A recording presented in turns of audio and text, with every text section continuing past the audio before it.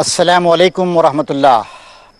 ناظرین، آج کی اس نشست میں آپ کا مخلصانہ استقبال۔ آج کی اس نشست کو ہم اللہ تبارک و تعالیٰ کی تسبیح اور تحمید یعنی اس کی پاکی بیان کرنے اور اس کی تعریف کرنے، اس کا شکر بجا لانے کے لیے مخصوص کرتے ہیں۔ اللہ تبارک و تعالیٰ قرآن مجید میں ارشاد فرماتا ہے، تسبح لہ السماوات السبع والارض ومن فیہن وإن من شیء الا یسبح بحمدہ ولکن لا تفقہون تسبیحہم۔ ساتوں آسمانوں نے اور زمین نے اور جو کوئی ان کے درمیان ہے، ان سب نے اللہ تبارک و تعالیٰ کی تسبیح کی ہے، پاکی بیان کی ہے۔ کائنات کی کوئی چیز ایسی نہیں ہے، زمین و آسمان کے درمیان کوئی چیز ایسی نہیں ہے جو اللہ تعالیٰ کی حمد تعریف کے ساتھ اس کی تسبیح نہ کر رہی ہو، مگر بات یہ ہے کہ تم ان کی تسبیح کو سمجھتے نہیں۔ سبحان اللہ، پاک ہے اللہ تبارک و تعالیٰ۔ الحمدللہ، ساری تعریف اللہ تبارک و تعالیٰ کے لیے ہے۔ اللہ اکبر، اللہ ہی بڑا ہے، سب سے بڑا ہے۔ لا الہ الا اللہ، اللہ کے علاوہ کوئی اور عبادت کے لائق نہیں ہے، کوئی اور معبود نہیں۔ یہ کلمت ذکر، سبحان اللہ، پاک ہے اللہ تعالیٰ۔ گلوری بی ٹو گاڈ، الحمدللہ، ساری تعریف اللہ تبارک و تعالیٰ کے لیے۔ may praise be to اللہ سبحانہ و تعالیٰ۔ اللہ اکبر، اللہ is greatest, nobody is great, only he is great۔ لا الہ الا اللہ، there is none worthy of worship and obedience except اللہ سبحانہ و تعالیٰ۔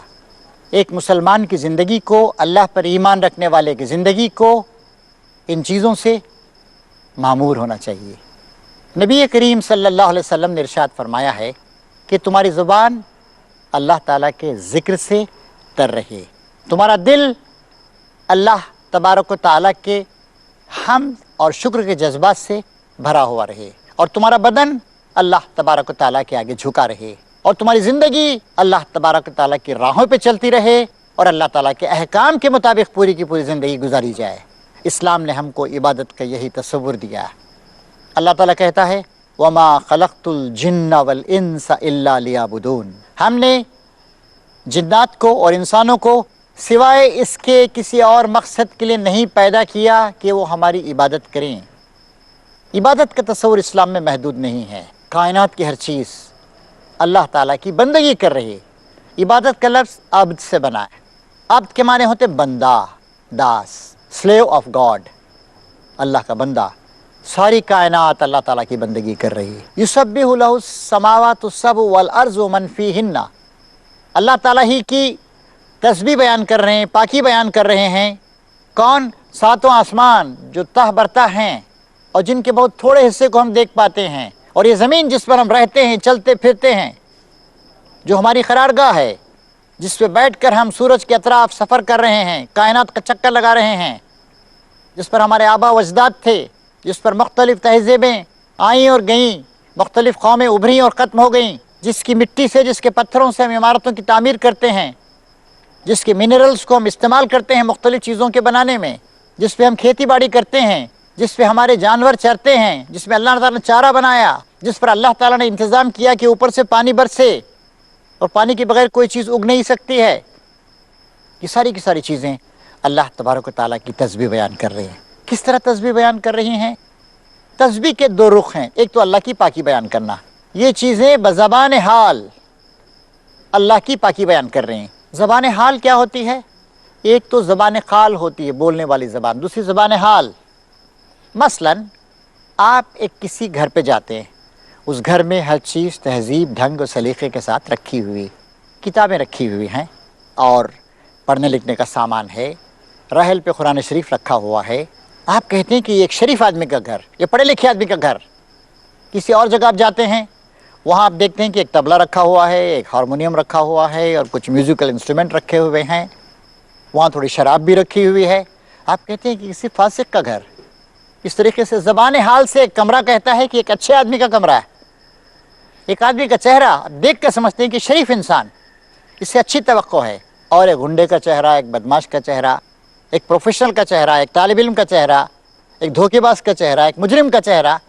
چہرے چغلی کھاتے ہیں، بتا دیتے ہیں زبان حال سے. تو کائنات کی ایک ایک چیز کو جب آپ دیکھتے ہیں تو معلوم ہوتا ہے کہ کائنات کی یہ تمام چیزیں اللہ تعالیٰ کی تسبیح پاکی بیان کر رہی ہیں. اللہ پاک ہے. کس چیز سے پاک ہے؟ عیب سے پاک ہے. اللہ پاک ہے اس سے کہ کوئی اس کا شریک ہو، کوئی اس کا پارٹنر ہو، اس کو کسی کی مدد لینے کی ضرورت پڑے. اللہ تعالیٰ پاک ہے کہ کوئی چیز بھول جائے. اللہ تعالیٰ اس بات سے پاک ہے کہ وہ کوئی غلطی کرے. چنانچہ قرآن شریف میں کہا گیا ہے بار بار اس آسمان کی طرف نگاہ ڈالو، دیکھو کہیں کوئی خلا ہے، کوئی کمزوری ہے، کوئی نقص ہے، کوئی تروٹی ہے، کوئی ڈیفیکٹ ہے. تمہاری نگاہ بار بار وہاں سے لوٹ آئے گی، نہیں کوئی غلطی نہیں ہے، کوئی خرابی نہیں ہے، کوئی رکھنا نہیں ہے. ساتواں آسمان اللہ تعالیٰ کی تسبیح کرتے ہیں اور زمین بھی تسبیح کرتی. زمین کا جو نظام ہے 457 کروڑ سال سے زمین چل رہی ہے اور انسان کی زندگی 1 کروڑ سال کی بھی نہیں. زمین کو اللہ نے کیسے بنایا ہے، کیسے سنوارا ہے، کیسے انتظامات کیے ہیں، کتنا میٹیریل اس کے اندر رکھ دیا ہے. زمین کے اندر جو میٹیریل ہے، ہمارے سائنسداں بتاتے ہیں کہ ہمارے پاس جو پیٹرولیم ہے 41 سال تک چلے گا. وہ بتاتے ہیں کہ کوئلہ کب تک چلے گا. وہ بتاتے ہیں کہ اس میں یورینیم کتنا ہے. یورینیم بھی یا پلوٹینیم وغیرہ جس سے ہم ایٹمک انرجی حاصل کرتے ہیں خاص حد تک ہے، اس کے بعد وہ بھی ختم ہو جائے گا. آج کل اس بات کی کوشش کی جا رہی ہے کہ چاند پر ہیلیم 3 نام کا ایک مادہ ہے، اس کو وہاں سے لایا جائے.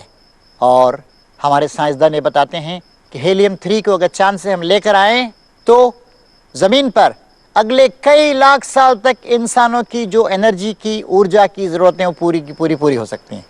تو دیکھیے اللہ تعالیٰ نے کیا کیا انتظام کر رکھا ہے. زمین کے خزانے اگر ختم ہو جائیں تو ہم بہت کچھ چیزیں چاند سے لا سکتے ہیں. تو چاند اللہ تعالیٰ کی تعریف بیان کر رہا ہے. چاند کی خوبصورتی شاعروں کو لبھاتی. لوگ کہتے ہیں کہ میرے محبوب کا چہرہ چاند جیسا ہے. چاند کے بارے میں مختلف نظمیں، بچے اسے چندہ ماما کہتے ہیں، نظمیں ہیں، کہانیاں ہیں وغیرہ وغیرہ. تو چاند میں ایک طرح کی خوبصورتی، پہاڑوں میں ایک طرح کی خوبصورتی. اب جس جگہ بیٹھ کر ہم آپ سے خطاب کر رہے ہیں، چونکہ یہاں کا منظر بڑا اچھا ہے، آپ کو بڑا اچھا لگ رہا ہے، ہمیں بھی کہتے ہیں بہت اچھا لگ رہا ہے. یہاں پر پرفضا مناظر، ہماری بلڈنگیں اور ہمارے شہر جہاں بڑی بڑی کانکریٹ کی بلڈنگس ہیں ان کو ہم کہتے ہیں کہ کانکریٹ جنگلز. لیکن جو نیچرل بیوٹی درختوں میں ہے، پودوں میں ہے، پہاڑوں میں ہے، جھرنوں میں ہے، ندیوں میں ہے، گھاس کے میدانوں میں ہے، سرسراتے ہوئے کھیتوں میں، لہلہاتے ہوئے سرسراتے ہوئے کھیتوں میں ہے، باتیں کرتی ہوئی پتیوں میں ہے، جھومتے ہوئے درختوں میں ہے، ہواؤں میں ہے، بجلیوں میں ہے، بادلوں میں ہے، بادلوں کی کڑک اور چمک میں ہے. یہ خوبصورتی ہماری چیزوں کے اندر نہیں. یہ ساری کی ساری چیزیں اللہ تبارک و تعالیٰ کی تعریف بیان کر رہے ہیں. اللہ تبارک و تعالیٰ کی یہ ساری کی ساری چیزیں تسبیح بیان کر رہے ہیں. اللہ پاک ہے، اللہ نے ایسی چیزیں بنائی. ایک انسان کو آپ دیکھتے ہیں، میرا بچہ بڑا خوبصورت، میری بہن بہت اچھی ہے، میری بیوی بہت اچھی ہے. یہ سب اللہ تعالیٰ کی مہربانیاں ہیں. اللہ تبارک و تعالیٰ نے انسان کو بہت خوبصورت بنایا، انسان کو ٹھیک ٹھیک بیلنس کے ساتھ پیدا کیا، انسان کے اعضاء کو درست کیا. اللہ تعالیٰ نے پھول بنائے، پتیاں بنائی، 1000 قسم کے پھول. گلہائے رنگ رنگ سے ہے زینت چمن، گلہائے رنگ رنگ سے ہے زینت چمن، ہر رنگ میں بہار کا اس بات چاہیے. پھولوں کی خوشبوئیں الگ ہیں، پتیاں الگ ہیں، کیفیتیں الگ ہیں، موسم الگ ہیں. دنیا کے مختلف ممالک میں مختلف قسم کے پھول پائے جاتے ہیں. اس طریقے سے اللہ تعالیٰ کی بنائی ہوئی ہر چیز بہت ہی خوب ہے، بہت ہی خوبصورت ہے، اور ہر چیز اللہ تبارک و تعالیٰ کی تسبیح بیان کر رہی ہے. اللہ تعالیٰ کہتا ہے کہ کائنات کی کوئی چیز ایسی نہیں ہے جو اللہ تعالیٰ کی حمد، اس کی تعریف کے ساتھ اس کی تسبیح، اس کی پاکی نہ بیان کر رہی ہو. وَلَٰكِن لَا تَفْقَهُونَ تَسْبِيحَهُمْ، بات یہ ہے کہ تم ان کی تسبیح کو نہیں سمجھتے. تسبیح کے ایک معنی تو یہ ہیں کام میں مصروف رہنا. تسبیح کے دوسرے معنی ہیں اللہ کی پاکی بیان کرنا. اور جیسے میں نے آپ سے عرض کیا کہ زبان حال سے یہ ساری کی ساری چیزیں اللہ تعالیٰ کی پاکی بیان کر رہی ہیں کہ ہمیں کسی نے بنایا ہے، وہ اللہ ہے، وہ خدا ہے، وہ پروردگار ہے، وہ گاڈ ہے. مختلف نام اللہ تبارک و تعالیٰ کے لیے ہیں. اور پھر ان چیزوں کا جب ہم مطالعہ کرتے ہیں، ایک پتا کس طریقے سے پروان چڑھتا ہے، پتے کی نسیں ہوتی ہیں، پتے کے اندر کس طریقے سے پانی وغیرہ پہنچتا ہے، زمین سے مختلف کیمیکلز پہنچتے ہیں اس کی غذا کے لیے.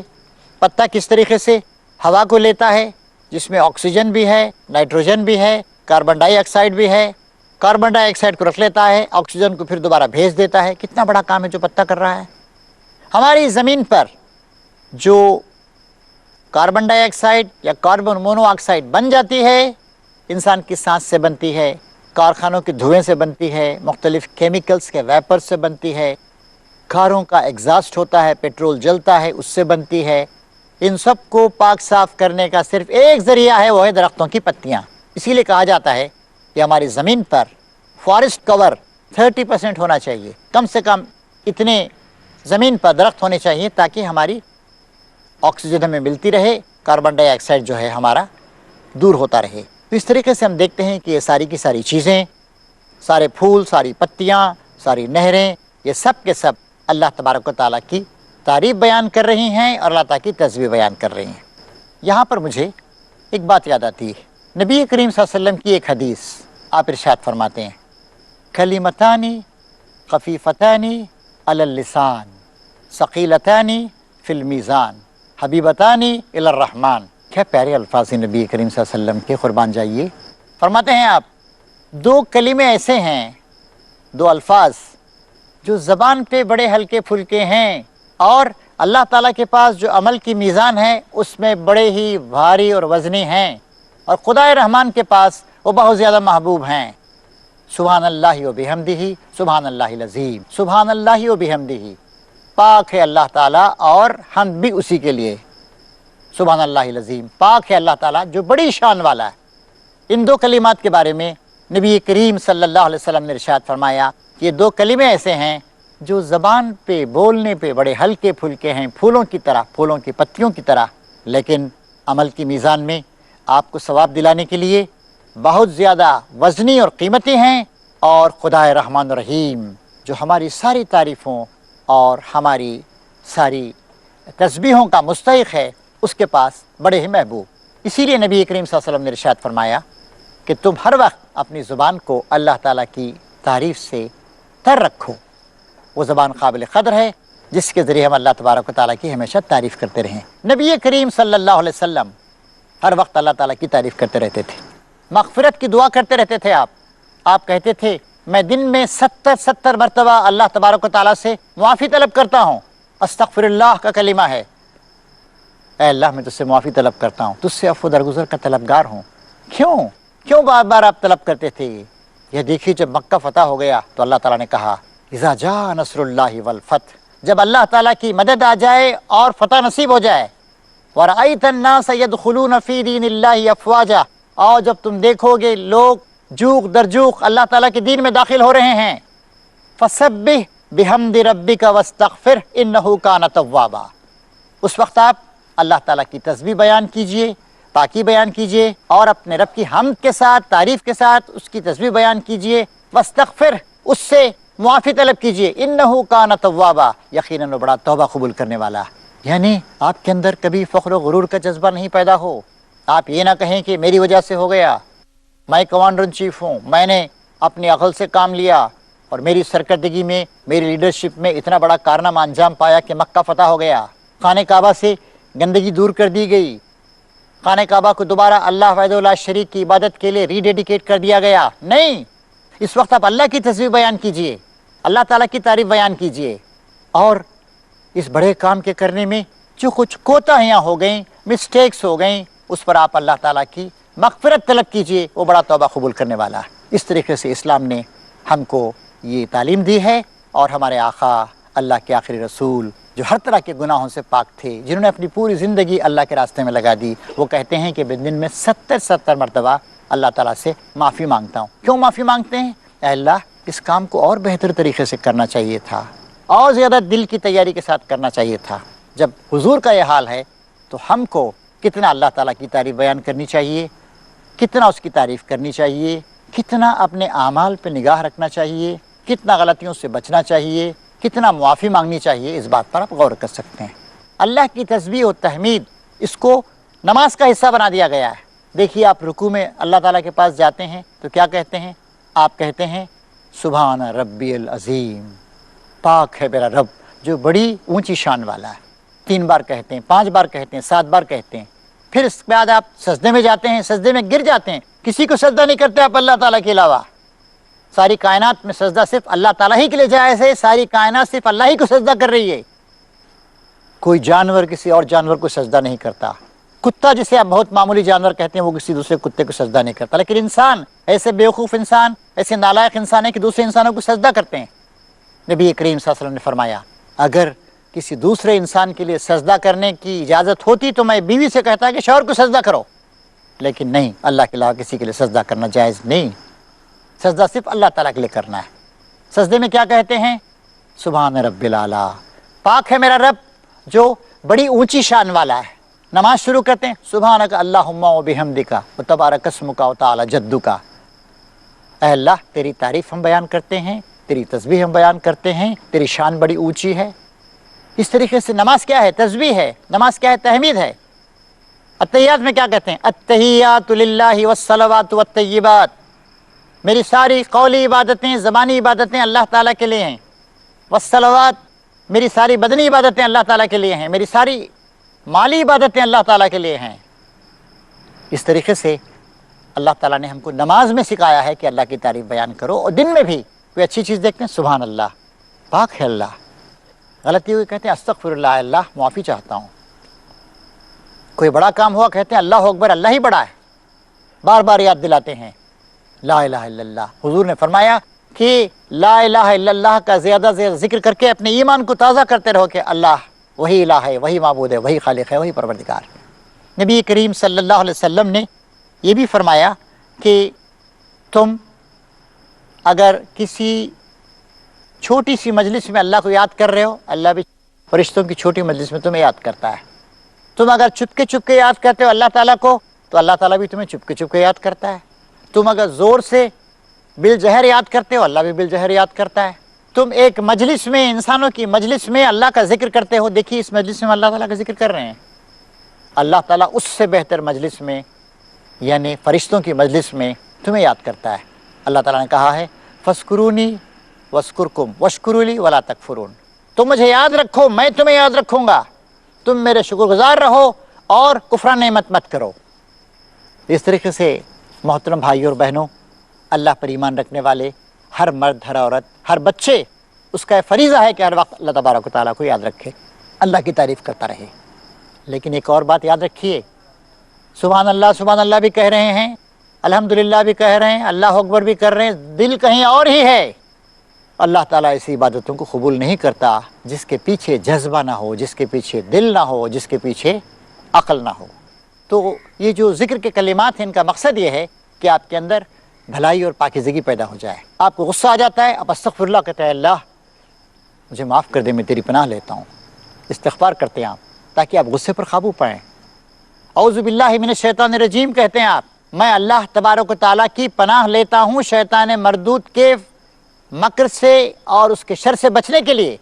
بسم اللہ الرحمن الرحیم کہتے ہیں، اے اللہ تیرے نام سے شروع، تو جو بڑا مہربان ہے، بڑا رحم فرمانے والا ہے، یعنی تیری مدد سے اور تیرے ذریعے سے میں اس کام کو کر رہا ہوں، تیرے احکام کے مطابق کروں گا، تیری نافرمانی نہیں کروں گا۔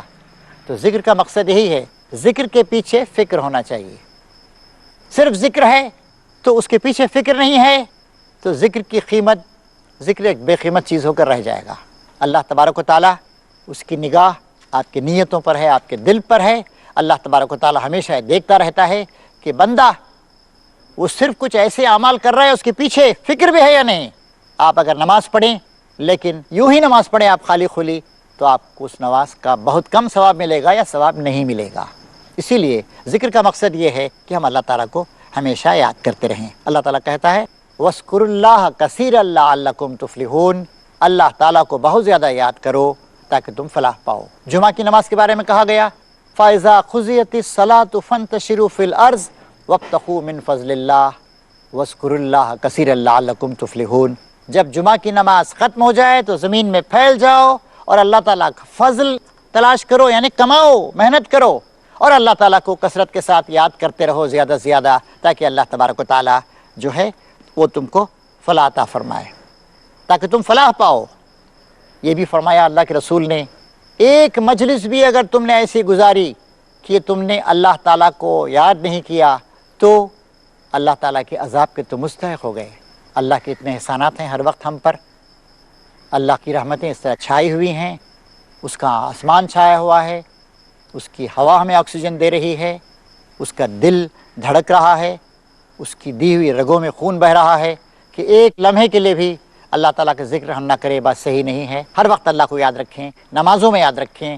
رات کو سوتے وقت اللہ کے رسول نے اپنی پیاری بیٹی حضرت فاطمہ کو تسبیح فاطمہ جسے کہتے ہیں 33 بار سبحان اللہ، 33 بار الحمدللہ، 34 بار اللہ اکبر، 100 ہو گئے جملہ۔ اس کی تعلیم نبی کریم صلی اللہ علیہ وسلم نے دی۔ تو اس طریقے سے ہم اس کو اپنا وتیرہ اور شیوہ حیات بنا لیں کہ ہر وقت ہم اللہ تبارک و تعالیٰ کی تعریف کرتے رہیں گے، جیسے اس کائنات کی ہر چیز اللہ کی تعریف کر رہی ہے، اللہ کی تسبیح بیان کر رہی ہے۔ آئیے ایک بار پھر کہیں سبحان اللہ والحمدللہ ولا الہ الا اللہ واللہ اکبر ولا حول ولا قوة الا باللہ العلی العظیم، وآخر دعوانا ان الحمد